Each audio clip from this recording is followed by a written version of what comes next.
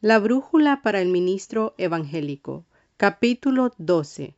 El ministro en las relaciones públicas. La influencia del ministro en los asistentes a una reunión es importante. Investido de una misión especial sirviendo a Dios y a los hombres, el predicador es el punto de atención del público. En cierto sentido, es la figura principal de la congregación. Pregonar las buenas nuevas es la suprema tarea del ministro de Dios. En el púlpito se encuentra la vista de toda la congregación, pero hay quien se olvida de que los asistentes lo siguen observando hasta en los más mínimos detalles, aun cuando ya no ocupa el púlpito. Su comportamiento ejerce una influencia decisiva. Toda la reunión recibirá el impacto espiritual que su dirigente le imprime. Él tiene sobre sí la tremenda responsabilidad de ejercer la fe de que la mano de Dios se abra hasta derramar bendiciones sobreabundantes sobre su pueblo. Si el predicador es consagrado, humilde y reverente, su actitud inspirará a la congregación hacia la humildad y reverencia. Si tiene su corazón puesto en el cielo, su alma apegada al Omnipotente, también la tienen los asistentes. Vale la pena, pues, prestar mucha atención a las virtudes que el ministro precisa cultivar en su actitud pública. Primero, una actitud adecuada del ministro. La Biblia enseña que el que se acerca a Dios debe ser reverente. Pero, ¿cómo puede un ministro esperar que los asistentes tengan reverencia en un culto si él mismo no la tiene? Cerciorémonos de que nuestro interior esté saturado de un profundo sentimiento de adoración hacia el Señor. Debemos estar quebrantados y contritos. Los de la congregación se sentirán movidos a ser más reverentes si observan que el ministro es así. En su actitud ante el público se le debe notar al ministro un sentido de responsabilidad. Una persona consciente de que la seguridad de muchas personas está en sus manos no va a actuar livianamente como un tonto. La mayor ocupación de un creyente es ganar almas para Cristo. El ministro, por lo tanto, se mostrará preocupado y atento en el culto. Cuando otro siervo de Dios es el que anuncia la palabra, el pastor debe mostrar una actitud de reverencia y respeto a su colega. Sobre todo debe tener un interés genuino en escuchar la santa palabra de su dueño eterno. El que conversa con otras personas les anuncia a todos con sus hechos que es indiferente a las cosas de Dios, que es orgulloso, que lo sabe todo. La iglesia se perjudica también por esta actitud negativa y desatenta. El pastor que no atiende a su colega que predica, sienta un mal ejemplo que con el tiempo resultará en perder el respeto de su congregación. Es muy posible que los creyentes llegaran a actuar de la misma manera cuando él predique. Es muy recomendable entonces mostrar atención, receptividad y devoción hacia el mensaje del Señor que otro siervo de Dios pronuncia. Otra manera en que algunos ministros manifiestan una falta de atención en el culto es al hablar con otras personas. ¿Qué impresión recibe usted al ver a un ministro sostener una conversación en pleno culto delante de la congregación? No podrá él convencer a los demás que tiene importancia lo que se realiza si lo ven hablando con particulares. El ministro debe evitar toda conversación, sea con creyentes o con ministros que estén de visita. Él debilita su propia autoridad y da la impresión de superficialidad si no enfoca toda su atención en lo que se va realizando en el culto. Tampoco es correcto que el ministro se ausente del culto para hablar con algún creyente. Esto distrae a los oyentes y demuestra que el ministro le da poco valor a la reunión. Si tiene que conversar con alguien, lo hará antes o después de la reunión, nunca en el desarrollo de la misma. Una tercera actitud que tenemos que cultivar los ministros es la mansedumbre. En sus palabras, gestos y acciones, el ministro revela lo que es. Si es sencillo y genuino, se le va a notar. Por más conocimientos que tenga, por mejor que haya preparado su mensaje, por más confianza que sienta, su actitud debe ser humilde. Cristo dijo: Aprended de mí, que soy manso y humilde de corazón. La humildad y seguridad son imprescindibles para aquel que desea servir al Señor. El ministro tiene que actuar ante el público sin miedo y con entera confianza en el Espíritu Santo. La timidez y el nerviosismo son vencidos por la fe en el auxilio divino. El predicador debe tener siempre optimismo y evitar toda actitud negativa. De ninguna manera conviene dar palizas públicamente. Los que tienen esta mala costumbre son generalmente los menos experimentados, que creen que con unos cuantos gritos desaforados desde el púlpito podrán enderezar a todos los torcidos. Si solamente se dieran cuenta esos ministros que la exposición de la verdad en privado, con amor y paciencia, corrige muchos problemas. En vez de criticar los errores y defectos de los débiles por medio de sus quejas, el ministro debe hablar de las virtudes de los que están alcanzando un desarrollo espiritual. En vez de quejarse, por ejemplo, de aquellos que no testifican, que reconozca y felicite públicamente a hermanos que ganan almas para Cristo. En lugar de lamentarse por los que no diezman, que presente el testimonio de la bendición que ha resultado para algún creyente en particular la práctica de la mayordomía cristiana. De esta manera se estimula a los creyentes y se conseguirá un efecto más valioso que no se logra con la censura. El predicador deberá abstenerse de retar desde el púlpito con el fin de enmendar a cualquier persona. Cuando alguien se porta incorrectamente, se le llamará la atención en la oficina del pastor o en su propia casa, pero no públicamente. Una virtud que todo siervo de Dios debe poseer es esa firmeza positiva que lo mantiene entusiasta, sean cuales fueren las circunstancias. A veces la Iglesia pasa por periodos en que la concurrencia disminuye. Esto puede deberse a varios factores. Problemas internos, falta de espiritualidad, falta de evangelismo. Hasta el cambio de tiempo influye en la asistencia. En varias regiones de América Latina, la concurrencia se aminora en el invierno. Jamás debe desanimarse el ministro en tales momentos, sino más bien mantenerse consciente de su trabajo y de su responsabilidad para con los pocos, lo mismo que cuando asiste la mayoría. Y bajo ninguna circunstancia se les debe cobrar la falta de los ausentes a los presentes. El optimismo y el fervor más bien serán favorablemente contagiosos en todos. Si hay problemas en la iglesia, debe el ministro procurar solucionarlos. Si existe falta de espiritualidad, él necesita llamar a la oración y consagración. Si los creyentes no testifican ni siembran el evangelio, se les exhortará a que trabajen más para el Señor.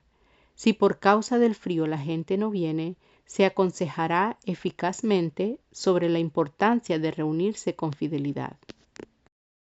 Antes de exhortar, sin embargo, el ministro tendrá que preguntarse si los demás son los del problema. ¿Cuántas veces los fieles han tenido que soportar una amonestación que verdaderamente necesitaban los ausentes? Segundo, los anuncios. Se deben presentar los anuncios antes del sermón. Muchas veces se malogra la eficacia de un mensaje excelente lanzando una serie de anuncios triviales inmediatamente después de una conclusión conmovedora. Deben ser breves y precisos los anuncios. El espíritu de la devoción se pierde con exhortaciones y minuciosidades. Tercero, la oración pública. Por la oración pública se fortalecen los corazones de los presentes y se elevan al cielo. La oración pública guía al pueblo de Dios, ayuda para expresar la sincera y espontánea devoción, lo conduce el trono del Altísimo. Aunque las oraciones públicas por lo general deben ser cortas y fervorosas, ellas tienen que ser precedidas por largos tiempos pasados con Dios en privado. Nuestras oraciones breves deberán su agudeza y eficacia a las prolijas oraciones que hemos hecho en la cámara secreta. Mucho tiempo empleado con Dios es la llave maestra de toda oración de éxito. Los pentecostales se caracterizan por su fervor. En sus reuniones se elevan varias oraciones públicas: la invocación por las necesidades, por la ofrenda, por el mensaje, por los nuevos convertidos, por los enfermos.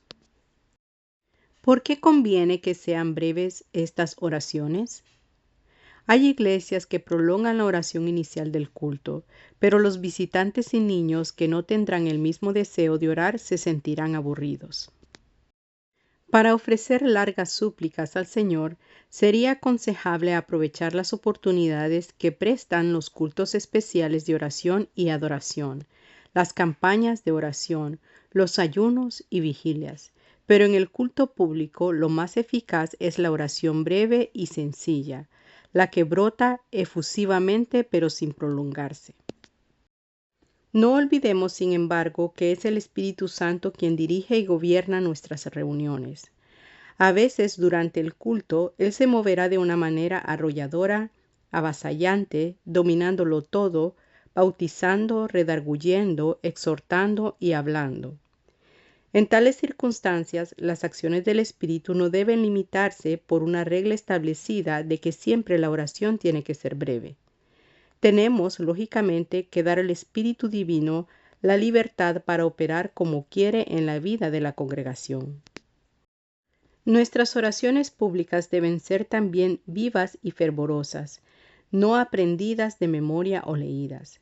Ni las frases acostumbradas que hemos repetido tanto deben ser pronunciadas mecánicamente. Hagamos el esfuerzo de orar sencilla y espontáneamente de lo más íntimo del ser, como un fluir del Espíritu Santo en nuestra vida. En tercer término, nuestras oraciones públicas deben ser específicas. Si oramos por la ofrenda, es solo por ella y no por las necesidades, los inconversos, los enfermos, etc. Cada oración del culto público debe ofrecerse teniendo en cuenta el motivo especial por el cual se pronuncia. Cuarto, la apariencia personal. Merece una atenta consideración la apariencia personal del ministro, ya que en público el predicador debe mostrar educación y buenos modales. Un descuido en esto puede hacerlo fracasar. Debe llevar a la reunión su mejor ropa, aunque no quiero decir con eso que debe usar trajes costosos. Más bien, aunque humilde, su ropa ha de estar limpia y bien planchada. La ropa, de ser posible, debe estar acorde a la sociedad en que se halla la iglesia. Si el ambiente es rural, el ministro tal vez verá la necesidad de usar una ropa diferente que si estuviera en la capital. El respeto que el pastor debe a la congregación exige sobriedad y decencia en el vestir. Debe cuidar su apariencia personal, no por orgullo, sino por la consideración e importancia de su puesto.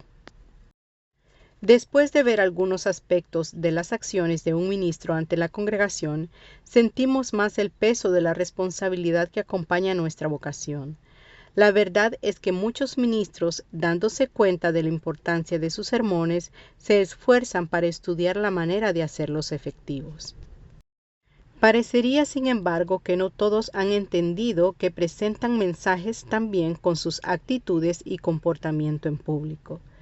¿Qué se gana con exhortar a la gente y prestar atención si el ministro no lo hace? ¿Qué se logra con hablar de la bondad del Padre Celestial si el ministro se convierte en regañón? Que Dios nos ayude a comunicar con eficacia el Evangelio por medio de nuestras palabras, a la vez que apoyarlo con nuestro buen comportamiento y una actitud correcta. Bosquejo del capítulo. El comportamiento del ministro en las reuniones públicas. Primero, algunas actitudes necesarias. A. La reverencia. B. La atención seria a lo que se desarrolla. C. La apacibilidad. D. La confianza. E. El optimismo. Segundo, ¿cómo presentar los anuncios? Tercero, La oración pública del ministro. A. La importancia de una intercesión previa. B. La conveniencia de la brevedad. C. La necesidad de la espontaneidad. D. La ayuda de hacer específica la oración. Cuarto, la presentación personal del ministro en público. A. Su influencia. B. Una afinidad con el ambiente. C. La moderación. D. Una afinidad con la vocación. Un encuentro con las verdades. Selección múltiple.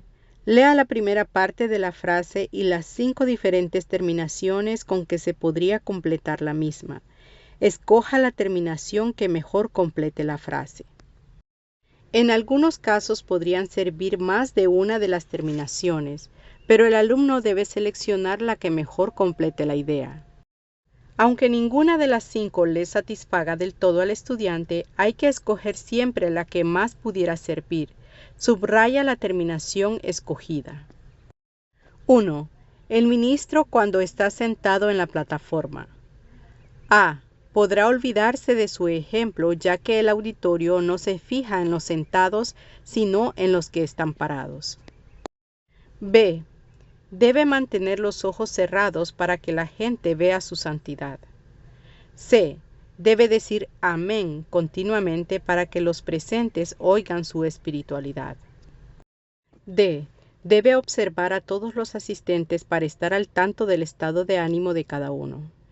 E. Debe recordar que todo lo que hace influye sobre la actitud de los demás presentes. 2. El ministro que mastica chicle durante el culto impresiona al auditorio con A. Su deseo de ser reverente en la casa de Dios. B. Su indiferencia a la necesidad de la reverencia. C. Su capacidad de ser original. D. Su espíritu juvenil. E. Su naturaleza pecaminosa. 3. El ministro que lleva a cabo una conversación particular en la plataforma en pleno culto. A. Revela que es una persona de grandes aptitudes sociales. B. Revela que es amigable. C. Da una impresión de superficialidad. D. Hace ver que tiene la capacidad de prestar atención a 2 cosas a la vez. E. Proclama al mundo que no es de esos que celebran cultos fríos y formales. 4. ¿Se puede echar a perder un ambiente devocional? A. Haciendo anuncios abundantes y largos. B. Cantando un coro de adoración. C. Orando por una necesidad. D. Invitando a los creyentes a presentar a Dios una ofrenda de gratitud. E. Repitiendo el Padre Nuestro. 5. El ministro que se ausenta del culto para conversar con una persona. A. Es inteligente porque así puede aprovechar la presencia de una persona con la cual se hace difícil comunicar durante la semana. B. Revela una indiferencia total hacia las cosas espirituales. C. Puede causar la impresión de que cree que es más importante hablar con el hombre que con Dios. D. Debe regañar a la gente cuando se salen del culto para hacer una llamada telefónica. E. Debe pasar igual tiempo orando en su casa para no atrasarse en su cuota diaria de minutos que debe pasar en los ejercicios espirituales. 6. Sería recomendable presentar los anuncios. A. Como la primera cosa en el orden del día para aprovechar que la gente tenga la mente despejada. B. En la parte preliminar para que no se reste de la solemnidad de la conclusión del mensaje. C. Con lujo de detalles para lograr una mejor comunicación. D. Inmediatamente después del mensaje para que no se le olviden a la gente las actividades venideras. E. Con un fondo musical para hacer ver que hasta los anuncios son espirituales. 7. Si el ministro se ve que la asistencia ha bajado mucho, debe a. Hacerles ver a los presentes que la congregación tiene poca espiritualidad. B. Convertir su risa en llanto. C. Cambiar el tema de su mensaje. D. Darse por vencido. E. Preguntarse cómo podrá ayudar a los presentes. 8. Si el pastor presta toda atención a la predicación de un ministro visitante, A. Inspirará a los demás con su ejemplo. B. La gente se dará cuenta de que es hipócrita. C. Los presentes podrán darse cuenta de que este sí es un predicador de avivamiento. D.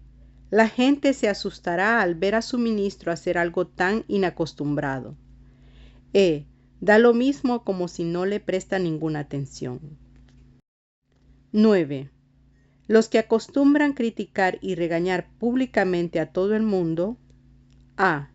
No tienen que dar cuenta a nadie de su espíritu porque son representantes de Dios. B. Logran resolver los problemas que molestaban. C. Deben recordar que la exposición con amor de la verdad en privado vale más que 1000 regaños públicos. D. Hacen ver al mundo que no le tienen miedo a nadie. E. Tienen que resignarse al hecho obvio de que Dios les ha encomendado un ministerio de corrección. 10. El ministro que le pone cuidado a la apariencia personal hace ver que A. Es vanaglorioso. B. Representa a la congregación. C. Gana buen sueldo. D. Es bien pobre. E. Estima mucho su vocación. 11. El ministro que está más reclinado que sentado en su silla en la plataforma durante el culto da una impresión de A. Mucha elegancia. B. Mucha humildad. C. Estar orando. D. Ser muy sacrificado. E. Ser descuidado e indisciplinado.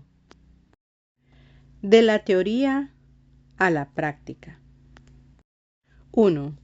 Un conferencista de renombre pagaba el sueldo de un empleado de tiempo completo para que se sentara en la tribuna durante cada conferencia y le escuchara con una atención de encanto. ¿Qué le motivará al conferencista a hacer eso? 2. ¿Qué impresión tiene usted al ver a muchos creyentes orando mientras que el ministro conversa con otros al fondo del santuario? 3. Algunos se animan cuando la asistencia es considerable, pero al concurrir pocos se ven deprimidos. ¿Qué relación tiene eso con el materialismo? 4. ¿Qué papel debe hacer la fe en la actitud del dirigente cuando ha bajado mucho la asistencia? 5. ¿Cuándo fue la última vez que usted se deprimió con la poca asistencia? ¿Cómo trató usted a los presentes? 6. ¿Qué propone usted hacer la próxima vez que haya una baja en la asistencia? 7. ¿Qué posición física debe asumir el ministro cuando está delante del público? 8. ¿Qué decisiones ha tomado usted con respecto a sus actitudes en las reuniones públicas después de estudiar este capítulo? Proyectos para la clase. 1. Revisar en clase el trabajo de los alumnos realizado en la sección Un encuentro con las verdades. 2. Dramatizar un cuadro exagerado del aspecto negativo de un ministro en la plataforma durante un culto. 3. Dividir la clase en grupos para que cada uno realice un estudio de observación de personas, sin que éstas se enteren, en una reunión. Ver cuántas de esas personas se fijaban en las reacciones del dirigente antes de manifestar una reacción propia. 4. Dividir la clase en 2 grupos. los cuales deben en 10 minutos redactar los anuncios de acuerdo con una lista idéntica de actividades que en una iglesia hipotética ha de tener durante una semana. Después del periodo de preparación de 10 minutos, una persona designada por el grupo presentará los anuncios como si estuviera en un culto. 5. Analizar en clase los extremos a que uno puede llegar en cuanto a su actitud ante la poca asistencia. Decidir si cualquier extremo es deseable.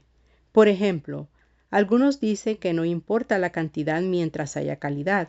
Otros dicen que uno debe estar angustiado al ver que no alcanza grandes grupos de personas.